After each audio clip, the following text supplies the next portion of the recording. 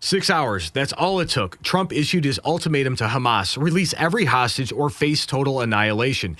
Within 6 hours, they folded like a cheap tent, and all hostages were coming home, living or dead. And Hamas surrendered power in Gaza. No more endless wars, no more playing games with American lives. One demand, one deadline, and one result. This is what happens when America leads with strength instead of weakness.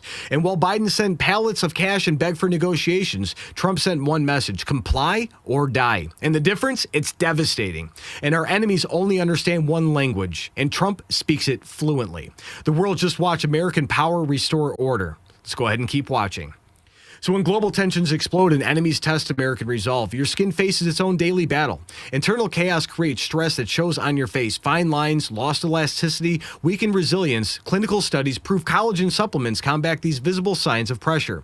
23 controlled trials documented real improvements in hydration, elasticity, and wrinkle reduction.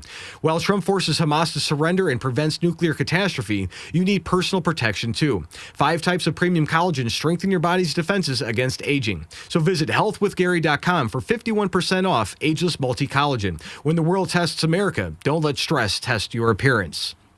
So 6 hours after Trump's ultimatum, the impossible became inevitable. Hamas caved completely, agreeing to release hostages and surrender power in Gaza. This isn't diplomacy through weakness, it's through strength. The Biden approach of appeasement and negotiation produced nothing but dead Americans and endless conflict. And Trump's approach?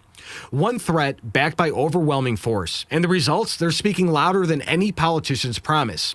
And when America projects raw power instead of empty words, our enemies calculate differently. They stop testing boundaries and start following orders. They watch the breaking news as Hamas scrambles to comply with Trump's demands. Every hostage, living and dead, coming home, finally, in exchange for the terrorists' survival. Take a look. Breaking news out of the Middle East. Hamas has submitted its response to President Trump's peace plan for Gaza. And for more on this, we're joined now by CNN Jerusalem correspondent Jeremy Diamond and our senior White House correspondent Kristen Holmes.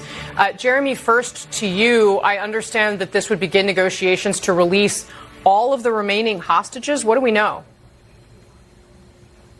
Well, Casey, Hamas's response is very interesting and obviously very important. It has now agreed to release all of the hostages, living and dead, 48 hostages being held in the Gaza Strip in exchange for the same number of prisoners that is outlined in President Trump's proposal. They say that they are ready to enter negotiations to agree to the details on how that hostage release and the rest of President Trump's plan would actually be implemented. Hamas also says that they are ready to give up power in the Gaza Strip and hand over that power to a technocratic Palestinian government, which is also included in President Trump's proposal.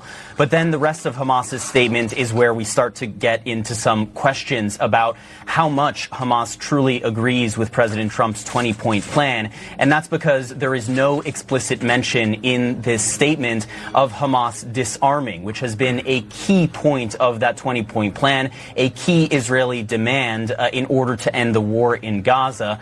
And that's one thing about Trump's leadership, is that sometimes Israel wants one thing, we want something else. Party A and Party B can disagree. And Trump's like, okay, if that's the biggest holding point, let's take that out. We've got more military than the rest of the world combined. If they mess around, they're going to find out. We're going to continue. Instead, Hamas refers to the, quote, inherent rights of the Palestinian people, which could potentially be interpreted as referring to the weapons of Palestinian militant groups in Gaza. But instead of agreeing to what is in President Trump's proposal, they say that those rights should be discussed through a, quote, comprehensive national Palestinian framework. And Hamas agreed to release all hostages and give up power. They're ready to negotiate details because they know the alternative is annihilation. The response came fast, but the questions remain. Hamas talks about Palestinian rights instead of explicitly agreeing to disarm. And Trump's team made it clear this is not negotiable. Take a look. The United States is willing to negotiate over how Hamas disarms, but they are not willing to negotiate over whether or not Hamas disarms. And so the key question now is Hamas is responding positively. They say they're ready to enter into negotiations. But just in the last few hours, we saw President Trump issuing this ultimatum saying that there needs to be not just a Hamas response, but agreement between the two parties by Sunday evening at 6 p.m. Eastern time. Or he was saying all hell will break loose on Hamas. So now the question is, will the president accept this as a way to get into those detailed negotiations to make this comprehensive plan a reality, call it a win, and move forward? Or will he say this is simply not enough? And then, of course, there is a mad dash over the next 50 hours and counting at this point until that deadline, which just does not seem like enough time to actually iron out all of these details and for a ceasefire agreement and hostage release deal to actually move forward. So the United States will not negotiate over whether Hamas disarms, only how. Sunday evening deadline approaches, all hell breaks loose if they don't comply. Trump didn't just threaten Hamas, he positioned assets across the hemisphere. Watch how the State Department openly discusses our new war footing against narco-terrorist and rogue regimes. Take a look. Cartels are now officially in the Pentagon's crosshairs. And it's not just the wall anymore. Trump ordered the kill shot. The days of local drug busts and random motels, they were fun, but that's Breaking Bad stuff. Trump wants to take the fight to El Chapo's front yard. We're talking about sending military forces to fight against the drug cartels in Latin America.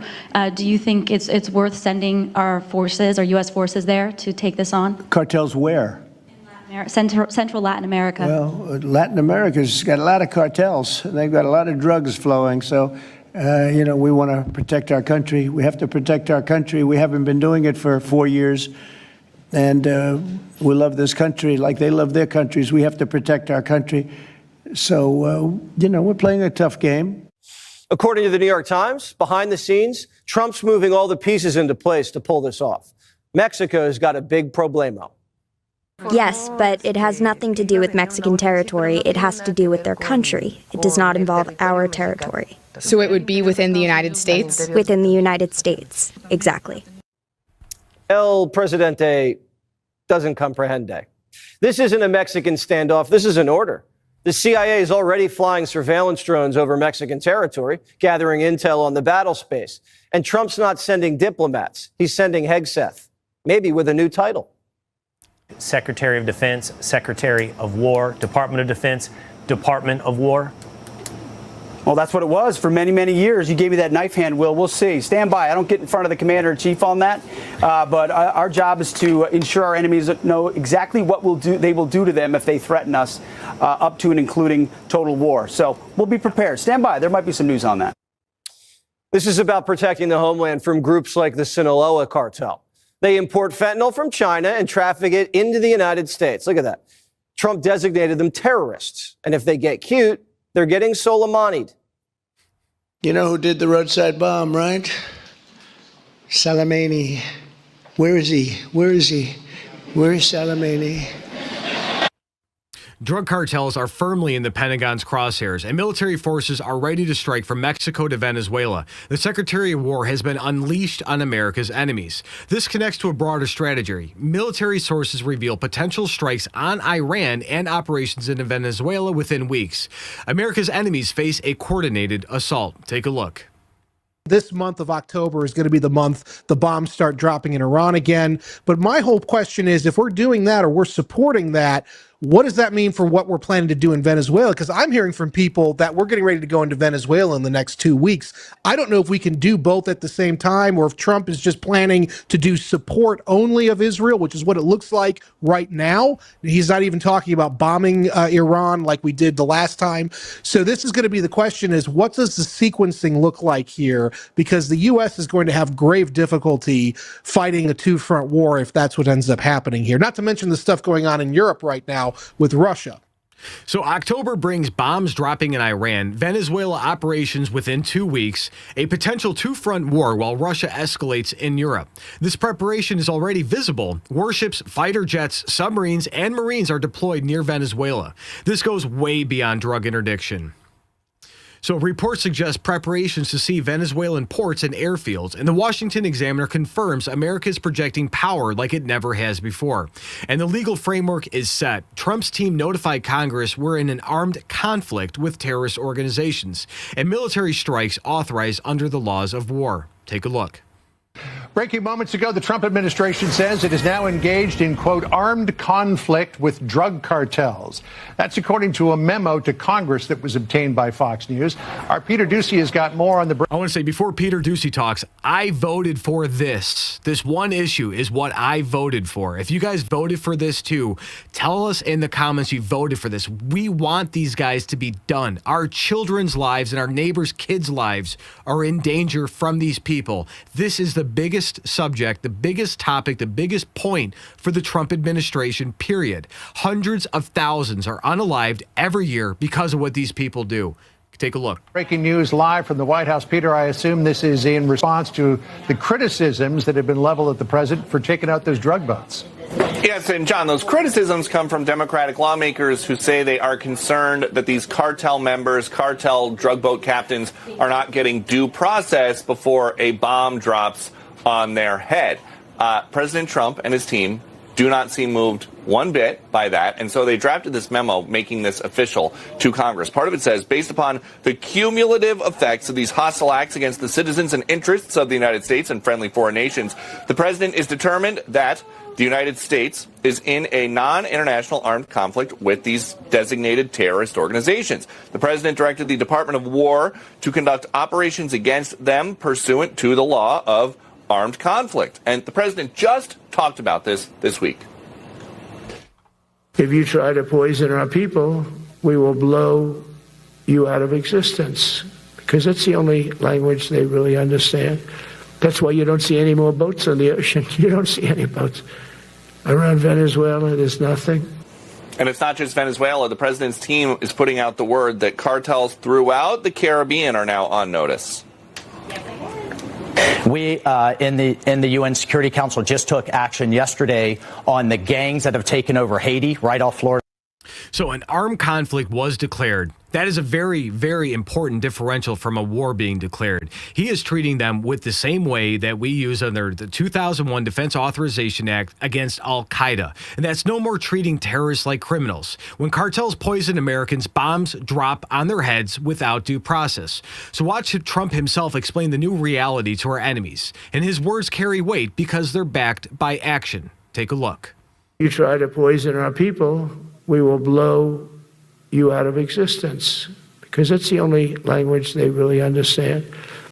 And I voted for that. We will blow you out of existence. That's the only language that they understand. And now they're learning Trump means every single word. And the White House released footage of the morning strikes on the narco trafficking vessels, which is enough drugs to kill 50,000 Americans, was destroyed in seconds. Take a look. And there's going to be no audio on the video, but I love watching these drone footage of just these narco boats. These guys, these terrorists are trying to go out and kill all these Americans. And they just get blown out of the water. Oh, it's so good. He's treating them like the terrorists. We never gave warnings to al-Qaeda before we blew them up. We never gave warnings to anybody in the Middle East or Afghanistan or anywhere else before we decided with decisive military force and action. That is what I voted for, in truth and in action, right in front of us, guys. It's beautiful to see American justice coming out there. That is 10,000 more American lives that are sustained. So be warned, this morning strike sent a message. Trump ordered it personally. The days of America's weakness are over. So if you got value from this report, please tap subscribe. My final thought is next. So this is what American leadership looks like. No apology tours, no pallets of cash, no endless negotiations while hostages rot in tunnels. Just clear demands backed by devastating consequences. And Trump gave Hamas 6 hours to choose between compliance and obliteration. And they chose wisely. The hostages are coming home because our enemies fear us again. And Iran is watching Hamas fold and knows that they are next. The cartels see our warships and understand that their time is up. And this isn't warmongering, guys. It's peace through strength. When America projects power, the world becomes safer. When we project weakness, Americans die. The choice is that simple. So here's today's question. After watching Hamas surrender in 6 hours, should Trump give Iran the same ultimatum over their nuclear program again? Tell me no, yes or no in the comments. Drop your answers below. And the world is learning what Make America Great Again really means. So check out our American Badass collection in the merch shop and wear your pride in American strength.